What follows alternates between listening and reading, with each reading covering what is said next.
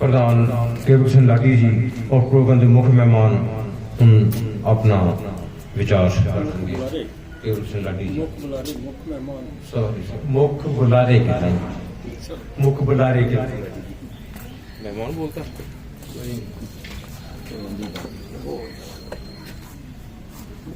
अज दे इस समारोह के मुख्य मेहमान lecturer Praveen Kumar ji, doctor Ambedkar mission team के सरप्रस्त मेजर सोमनाथ जी, डॉक्टर रतन चंद लेहल जी, मान्यवर नंदलाल कल्याणपुरी जी, SDO साहब कस्तूरी लाल जी और होर दर्जा बदर्जा बैठे मेरे सत्कारयोग साथियों, जय भीम जय भारत।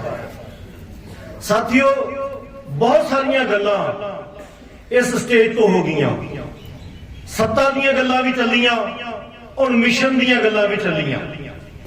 और डॉक्टर साहब ने, डॉक्टर केजे ने एक गल रखी कि गां इलैक्शन आ रहे ने, क्योंकि जो बाबा साहब अंबेडकर के मिशन की गल करी दी आ तो यह समझना बड़ा जरूरी हुंदा कि बाबा साहब अंबेडकर का मिशन की है।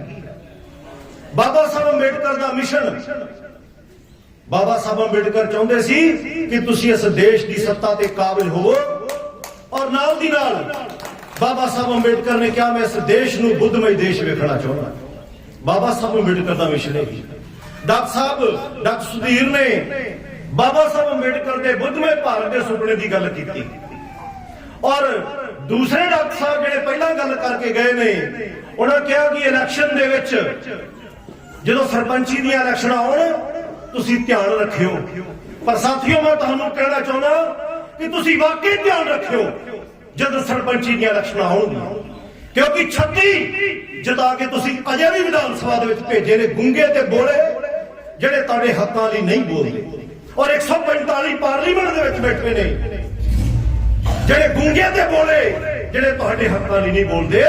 इस करके जदों भी कोई ਇਹ ਇਲੈਕਸ਼ਨ ਆਊਗੀ ਤਾਂ ਇਹ ਜ਼ਰੂਰ ਤੁਸੀਂ ਸੁਨਿਸ਼ਚਿਤ ਕਰਿਓ ਕਿ ਜਿਹੜਾ ਕੋਈ ਸਾਡੇ ਕੋਲ ਆ ਰਿਹਾ ਕਿ ਉਹ ਮਾਨਯਵਰ ਸਾਹਿਬ ਕਾਂਸ਼ੀ ਰਾਮ ਦਾ ਸੁਨੇਹਾ ਲੈ ਕੇ ਆ ਰਿਹਾ, ਜੋ ਲੈ ਕੇ ਆ ਰਿਹਾ ਤੇ ਉਹਨੂੰ ਨਿਤਣ ਹੋ ਕੇ ਵੋਟਾਂ ਪਾਏਗਾ, ਨਹੀਂ ਤੇ ਗੁੰਗੇ ਬੋਲਿਆਂ ਨੂੰ ਵੋਟਾਂ ਪਾਉਣ ਦੀ ਲੋੜ ਨਹੀਂ। ਕਿਉਂਕਿ ਸਾਥੀਓ, ਜਿਹੜਾ ਹੁਣ ਦੌਰ ਚੱਲ ਰਿਹਾ, ਇੱਕ ਸ਼ਾਇਰ ਨੇ ਬਹੁਤ ਵਧੀਆ ਲਾਈਨਾਂ ਲਿਖੀਆਂ, ਧਿਆਨ ਨਾਲ ਸੁਣਿਓ ਸ਼ੇਰ ਨੂੰ। ਅੱਗੇ ਵੀ ਮੈਂ ਪਹਿਲਾਂ ਵੀ ਬੋਲਿਆ ਸੀ, लेकिन मैं 2 लाइना ਉਹਦੀਆਂ ਬੋਲੀਆਂ, मैं पूरा शेर बोलना चाहना। ਅੱਜ ਜਿਹੜੀ ਵਿਵਸਥਾ ਚੱਲ ਰਹੀ ਆ, ਕਿਉਂਕਿ ਤੁਸੀਂ 2023 ਦੇ ਐਂਡ ਤੇ ਬੈਠੇ ਹੋ ਔਰ 2024 ਜਿਹੜਾ ਉਹ ਚੜ੍ਹਨ ਵਾਲਾ ਕੁਝ ਦਿਨਾਂ ਬਾਅਦ, ਔਰ ਤੁਸੀਂ 5 ਸਟੇਟਾਂ ਦੇ ਇਲੈਕਸ਼ਨਾਂ ਦੇ ਜਿਹੜੇ ਰਿਜ਼ਲਟ ਵੀ ਉਹ ਵੇਖ ਚੁੱਕੇ ਹੋ। ਤੇ ਇੱਕ ਸ਼ਾਇਰ ਲਿਖਦਾ, ਕਹਿੰਦਾ ਜੋ ਤੌਰ ਹੈ ਦੁਨੀਆ के उस तौर से बोलो, बहरों की बस्ती है, बहरों की बस्ती है, जरा जोर से बोलो। आगे लिखता है, कहना जिस्म मिट जाने से इंसान नहीं मर जाते। बाबा साहब अंबेडकर शरीर रूप से चले गए। जिस्म मिट जाने से इंसान नहीं मर जाते, और धड़कने रुक जाने से अरमान नहीं मर जाते, सांसें रुक जाने से ऐलान नहीं मर जाते, और होठों के जम जाने से फरमान नहीं मर जाते। बोल जे थोड़ा वक्त बहुत है, अजे भी वक्त हैगा, कुछ बोलो, समाज के हकों की गल करो। बोल जे थोड़ा वक्त बहुत है, जिस्म और जुबान की मौत से पहले बोल की सच जिंदा है अब तक, जो कुछ कहना है अब तो कह ले, जो कुछ कहना है अब तो कह ले। तुहाडे हक, तुहाडे अधिकार, तुहाडा लोकतंत्र EVM दे विच कैद होके रह गया। इस करके साथियों, सानू अज अपने हकों के लिए बोलना चाहिए, क्योंकि सानू आजाद कराने वाला, अज गुलाम ढाणियां नू आजाद कराने वाला और सदियों तो सुते हुए लोगों नू गहरी नींद चों जगाउण वाला इंसान बाबा साहब अंबेडकर बेशक साडे विचों चले गए। असीं रोए कुरलाए, असीं बहुत दहाड़ा मारिया कि साडा पुरखा सानू छड्ड के चला गया, और अक्सर असीं इस तरह ही करते। पर किसी ने यह प्रण नहीं किया कि बाबा साहब अंबेडकर तू बेशक साडे तो चला गया, पर असीं तेरे पैरोकार तेरे जान तो बाद यह प्रण करते हैं कि असीं तेरा मिशन तेरा अंदोलन मंजिल तक पहुंचावांगे। बाबा साहब अंबेडकर ने एक गल कही सी और बाबा साहब तो पहला भी मैं एक महापुरुष की होर गल तुहानू याद करवाना चाहूंगा। कबीर साहब ने एक गल कही, तुहानू हैरानी होनी है गल सुन के। कबीर साहब कहते मुर्दियां दा देश है, ये मुर्दियां दा देश है। बाबा साहब अंबेडकर चले गए और असी बिल्कुल मुर्दे साबित होए। बाबा साहब अंबेडकर के जान तो कई साल बाद पंजाब की धरती तो एक सूरमा उठा जिन्हें क्या बाबा साहब अंबेडकर तेरा आंदोलन मैं मंजिल तक पहुंचावांगा। और बाबा साहब अंबेडकर दा जिस दिन परिनिर्वाण होया 6 दिसंबर 1978 उन्होंने एक जथेबंदी का निर्माण किया। उस जथेबंदी का नाम की है बाम सेव। क्यों बनाई बाम सेव? साहब कांशी राम जी ने, क्योंकि बाबा साहब अंबेडकर ये गल कहते हैं कि मैनू मेरे पढ़े लिखे समाज ने धोखा दिता है। डॉक्टर सुधीर ने आगरा के भाषण की गल की, उन्होंने कहा मैनू मेरे पढ़े लिखे समाज ने धोखा दिता। तो साहब कांशी राम ने तैया किया कि मैं पढ़े लिखे समाज नू लामबंद करांगा और बाबा साहब अंबेडकर की जी अंतिम समय पीड़ा सी उस पीड़ा नू दूर करने की कोशिश करांगा। पर साथियों असी बाबा साहब अंबेडकर की गल नहीं मनी और मान्यवर साहब की गल भी नहीं मनी। साहब बाबा साहब अंबेडकर ने एक बहुत इंपोर्टेंट कोटेशन उन्होंने कही सी।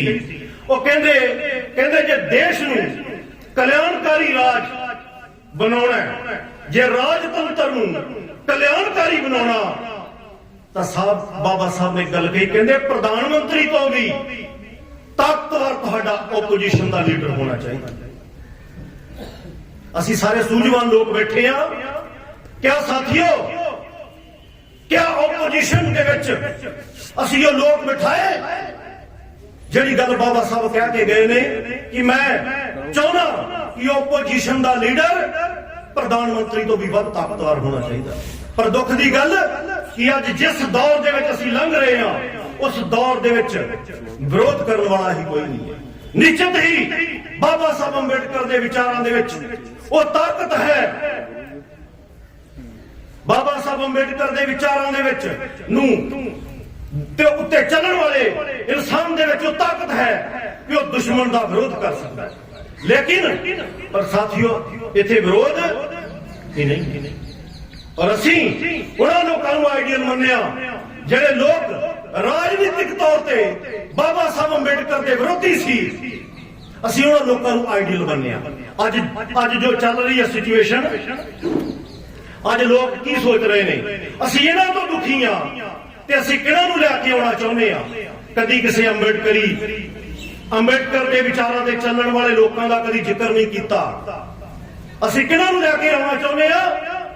उन्हां लोकां नूं जिन्होंने बाबा साहब अंबेडकर नूं खून दे अथरू लाया और जिस पोलिटिकल पार्टी दे लगभग 145 मैंबर पार्लीमेंट मौजूदा सरकार दे विच अपनी पार्टी नूं छड्ड के इस पार्टी तो सांसद बन के बैठे ने, असीं उन्हां लोकां नूं लैके आउणा चाहुंदे। जिन्हां लोकां ने पंजाब दे लोकां नूं जिस दिन तुसीं इह कहंदे सी कि साडा चन्नी, उन्हां लोकां ने कहा कि जे पैर दी जुत्ती नूं सिर ते बिठाओगे तो यह हशर होएगा। असीं उन्हां लोकां नूं लैके आउणा चाहुंदे। तो साथियों फिर असीं बाबा साहब अंबेडकर के पैरोकार किस तरह हो सकते हैं? क्योंकि अज भी 2024 जो चढ़ेगा तो लोग आउणगे, वो लोग नारे लाउणगे कि भाई धर्म खतरे विच है। इस करके तुसीं सुचेत हो जाओ। बाबा साहब अंबेडकर ने क्या सी, गुलामां नूं गुलामी दा एहसास कराओ तो परिवर्तन लाउणगे। लेकिन साथियों की गुलाम जड़े गुलाम ने उन्होंने अपनी गुलामी का एहसास है। असी बाबा साहब अंबेडकर तो बिना असी पिंड के सरपंच भी जड़े नहीं बन सकते। मैं बहुत वड्डी गल कह गया, सरपंच का की असी पंच भी नहीं बन सकते।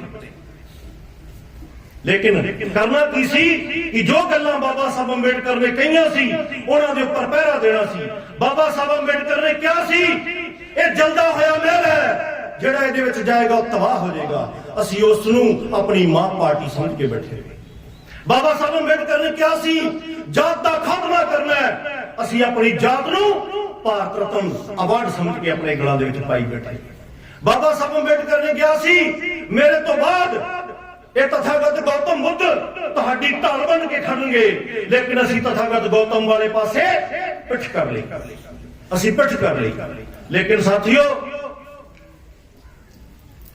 ਸਾਡੇ ਰਸਤੇ ਦੇ ਵਿੱਚ ਬਹੁਤ ਸਾਰੀਆਂ ਰੁਕਾਵਟਾਂ ਨੇ, ਔਰ ਉਹਨਾਂ ਰੁਕਾਵਟਾਂ ਨੂੰ ਜੇ ਕੋਈ ਦੂਰ ਕਰੂਗਾ, ਉਹਨਾਂ ਰੁਕਾਵਟਾਂ ਨੂੰ ਦੂਰ ਕਰਨ ਦੇ ਲਈ ਸਾਨੂੰ ਬਾਬਾ ਸਾਹਿਬ ਅੰਬੇਡਕਰ ਦੀ ਫਿਲਾਸਫੀ ਨੂੰ, ਬਾਬਾ ਸਾਹਿਬ ਅੰਬੇਡਕਰ ਦੀ ਆਈਡੀਓਲੋਜੀ ਨੂੰ ਚੰਗੀ ਤਰ੍ਹਾਂ ਸਮਝਣਾ ਪੈਣਾ।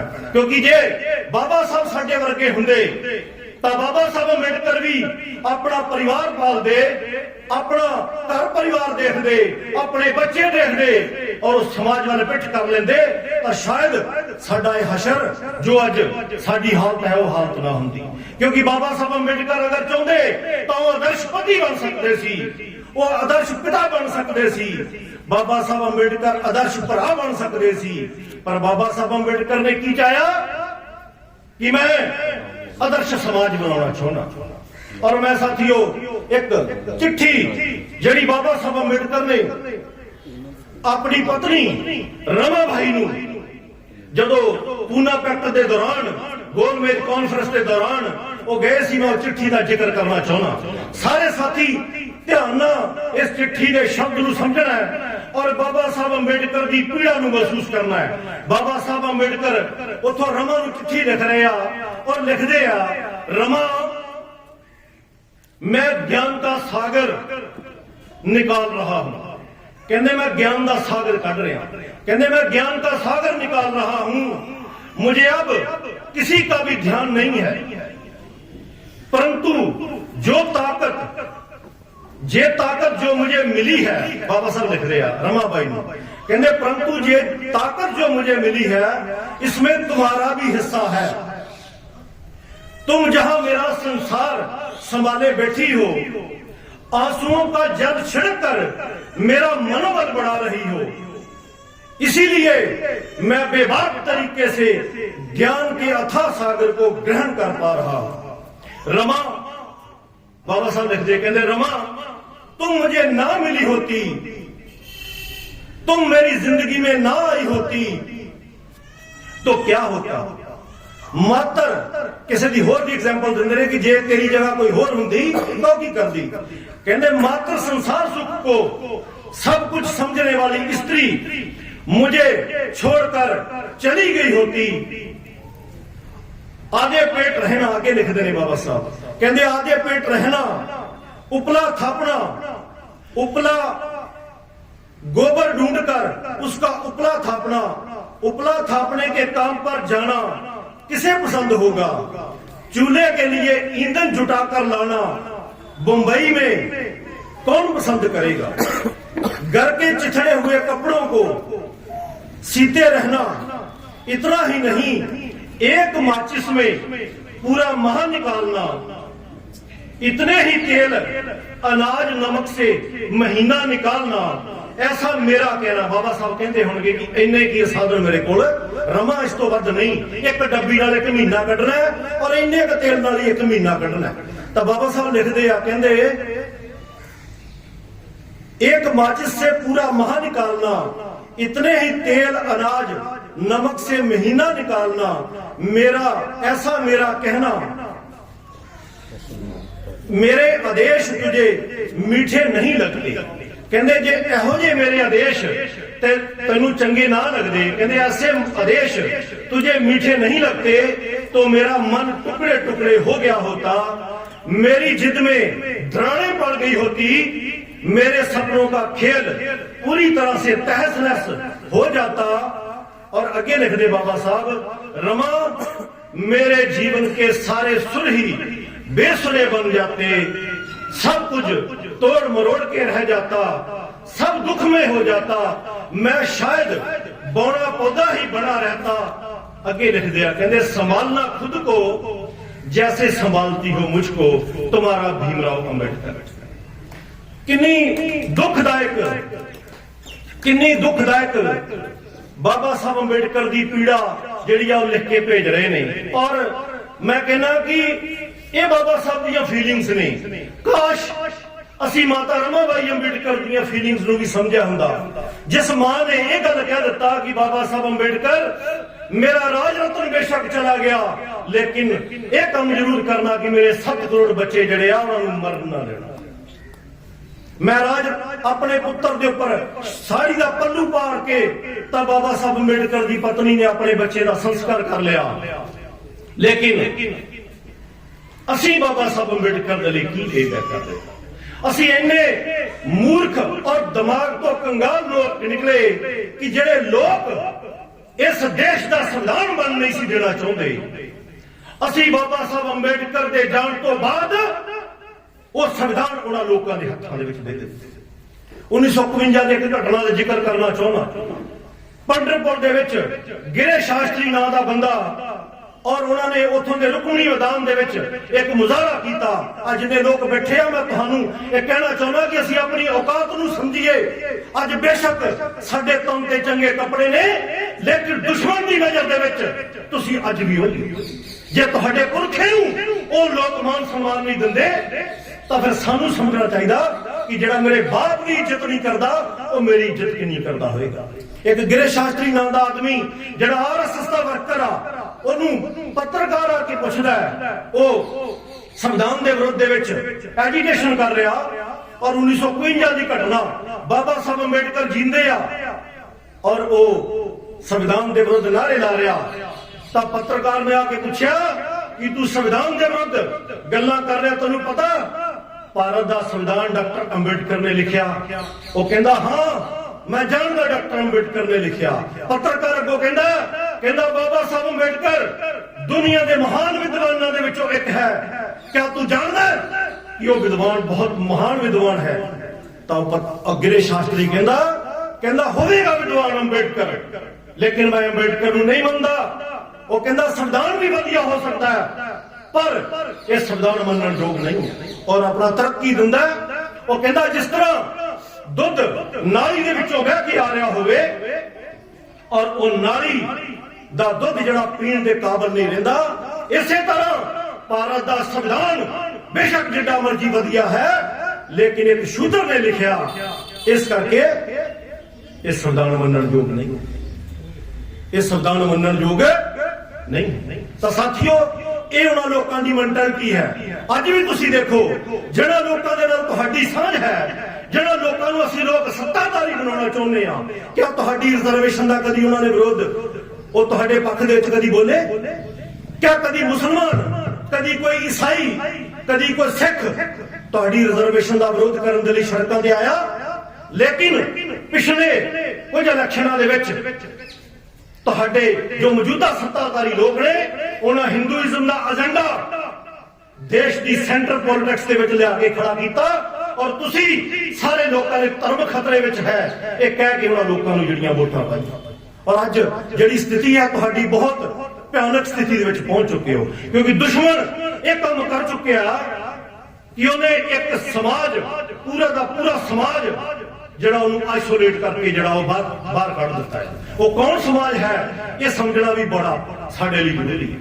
अज तुसी सारे लोग खबरां सुनदे हो, क्या कदी मुसलमान का जिक्र, कदी उहदे हक अधिकारां दा जिक्र कदी सोशल मीडिया के उपर होया, कदी इंटरनेशनल मीडिया ते होया? नहीं होया। और अज फिर वो धर्म के नाम का रौला पाउणगे, तुहाडे कोल आउणगे और तुहानू फिर मूर्ख बना के तुहाडे हक अधिकारां दे डाका मारनगे। पूरा का पूरा मुसलमान समाज, जिस समाज की गलौत साडे पुरखियां ने अपनी मूवमेंट नूं अगे वधाया, उस पूरे के पूरे समाज नूं अज दे जो राजनीति चल रही है आइसोलेट करके रख दिता। तुसीं सारे जानते होगे कि जब महात्मा फूले नूं चौथी जमात दे विचों बाहर कढ़िया गया तो गफार मुंशी बेग नाम का मुसलमान जिन्हें महात्मा फूले की एडमिशन जड़ी आ और कॉटन मिशन स्कूल दे विच कराई और माता सुतरीबाई फूले ने लिखना पिया कि महात्मा फूले कभी भी महात्मा फूले ना बनता जे गफार मुंशी बेग और लीजड़ साहब ना होते। तो अज पूरे का पूरा समाज जिहड़ा उन्होंने आइसोलेट करके बाहर रख दिता गया। जब बाबा साहब अंबेडकर बेटी के अंदोलन के लिए बाबा साहब अंबेडकर जाते आ तो जो ट्रेन तो उतरते हैं तो उतों के सर्व समाज के लोगों ने एक हड़ताल कर दी कि कोई डॉक्टर अंबेडकर को अपने टांगे ते नहीं बिठाएगा। और बाबा साहब अंबेडकर जब स्टेशन तो उतर के अपने नाल दे साथी को पूछा कि भाई टांगा कोई नहीं दिख रहा, तो उन्हें कहा कि स्वर्णा ने हड़ताल की है कि कोई भी डॉक्टर अंबेडकर को जड़ा वो टांगे ते नहीं बिठाएगा। तो बाबा साहब अंबेडकर ने क्या हम की होगा, सानू पैदल जाना पड़ेगा। तो अगे देख ले कि बाबा साहब अंबेडकर कि एक आदमी टांगे ते चढ़िया आ रहा और बाबा साहब अंबेडकर को कहता बाबा साहब अंबेडकर अपना समान ਇਹਦੇ ਵਿੱਚ ਰੱਖੋ, ਇਹਦੇ ਵਿੱਚ ਸਮਾਨ ਆਪਣਾ ਰੱਖੋ। ਤਾਂ ਜਦ ਸਮਾਨ ਵਿੱਚ ਰੱਖਦੇ ਤੇ ਬਾਬਾ ਸਾਹਿਬ ਅੰਬੇਡਕਰ ਉਹਨੂੰ ਪੁੱਛਦੇ ਆ, ਕਹਿੰਦੇ ਭਾਈ ਤੂੰ ਕੌਣ ਹੈ? ਉਹਨੇ ਕਿਹਾ ਮੇਰਾ ਨਾਮ ਇਸਮਾਈਲ ਹੈ। ਤਾਂ ਇੱਕ ਬਹੁਤ ਵੱਡਾ ਸਮਾਜ ਜਿਹੜਾ ਬਾਬਾ ਸਾਹਿਬ ਅੰਬੇਡਕਰ ਦੇ ਕਨਸਟੀਟਿਊਸ਼ਨ ਤੇ ਜਦ ਕੋਈ ਛੋਟੀ ਜਿਹੀ ਵੀ ਭੀੜ ਪੈਂਦੀ ਆ ਤਾਂ ਉਹ ਕਨਸਟੀਟਿਊਸ਼ਨ ਦੀ ਡਿਫੈਂਸ ਦੇ ਵਿੱਚ ਖੜਾ ਹੋ ਜਾਂਦਾ। ਉਹ ਸਮਾਜ ਪੂਰੇ ਦੇ ਪੂਰੇ ਨੂੰ ਆਈਸੋਲੇਟ ਕਰਕੇ ਰੱਖ ਦਿੱਤਾ ਗਿਆ। ਸੀਏ ਐਨਆਰਸੀ ਦੇ ਵਿੱਚ ਤੁਸੀਂ ਜਿੰਨੇ ਬਾਬਾ ਸਾਹਿਬ ਦਾ ਦਿੱਤਾ ਖਾਣ ਵਾਲੇ ਲੋਕ ਜੇ ਤੁਹਾਨੂੰ ਲੱਗ ਰਿਹਾ ਹੋਊਗਾ ਮੈਂ ਮੁਸਲਮਾਨਾਂ ਦੀ ਪੈਰਵਾਈ ਕਰ ਰਿਹਾ। ਕਿਉਂ ਕਰ ਰਿਹਾ ਮੈਂ? ਆ ਜਿੰਨੇ ਲੋਕ ਜੇ ईमानदारी ਨਾਲ ਦੱਸਿਓ ਸੀਏ ਔਰ ਐਨਆਰਸੀ ਦੇ ਵਿੱਚ ਕਿੰਨੇ ਲੋਕ ਸੜਕਾਂ ਤੇ ਨਿਕਲ ਕੇ ਆਏ ਸੀ? ਤੁਸੀਂ ਬਾਬਾ ਸਾਹਿਬ ਦੇ ਉੱਪਰ ਦਾਅਵਾ ਕਰਨ ਵਾਲੇ ਲੋਕ, ਬਾਬਾ ਸਾਹਿਬ ਦਾ ਦਿੱਤਾ ਖਾਣ ਵਾਲੇ ਲੋਕ, क्या बाबा साहब अंबेडकर के कॉन्स्टिट्यूशन के डिफेंस के आए जब सीए एनआरसी लागू किया गया? नहीं आए। लेकिन सीए एनआरसी के पक्ष के विरोध के जे कोई धरने ला के दिल्ली दी सड़कों से बैठा तो मुसलमान समाज तो पूरे के पूरे समाज को आइसोलेट करके रख दिता गया। ये गल्लां मैं क्यों कर रहा? ये गल्लां दे कुछ कारण ने। ये गल्लां मैं तां कर रहा कि कुछ साथी साडे विच इत्थे ओबीसी समाज के भी बैठे होणगे। ओबीसी समाज जिहड़ा है उन्होंने भी है वो भी साडे नाल चलण नूं तैयार नहीं और तुसीं भी उन्हां नूं नाल लैके चलण नूं तैयार नहीं। अज उहदे भी दिमाग दे विच गल आ कि मैं बहुत उच्च लैवल ते बैठा, मैं जाति तौर ते इन्हां तों बहुत उच्चा। लेकिन साथियों जे सानू इतिहास की जानकारी होवे तां बाबू जगदेव प्रसाद तुसीं उहदा नाम सुनिया होगा, उहनूं भारत दा लेनिन कहा जांदा और वो ओबीसी समाज दे विचों सी। और साथियों ने बिहार दे विच ओबीसी और एससी एसटी दे हक्कां दे लई जद एजुकेशन कीती और साथियों जिस दिन उस महापुरुष नूं गोली मारी गई और गोली वजन दे बाद जद उन्होंने पानी मंगिया तो उन्होंने मुंह के उपर पेशाब किया गया। ये तुहाडे पुरखियां दा हशर है। जद राम नरेश यादव ओबीसी के कुछ साथी बैठे मैं उन्होंने दसन लई जान के गल्लां कह रहा। राम नरेश यादव जब उत्तर प्रदेश का मुख्यमंत्री बनया तो वो लोग सानू जात तो भी उपर कुछ नहीं समझे। उन्होंने नारा की लाया, राम नरेश यादव वापस जाओ, जाकर अपनी भैंस चराओ। ਜਿਹੜੇ ਲੋਕ ਸਾਨੂੰ ਜਾਤ ਤੋਂ ਉੱਪਰ ਨਹੀਂ ਉੱਠਣ ਦੇਣਾ ਚਾਹੁੰਦੇ, ਯਾਰ ਸੋਚ ਕੇ ਦੇਖੋ ਤੁਸੀਂ ਕਿਹੜਾ ਲੋਕਾਂ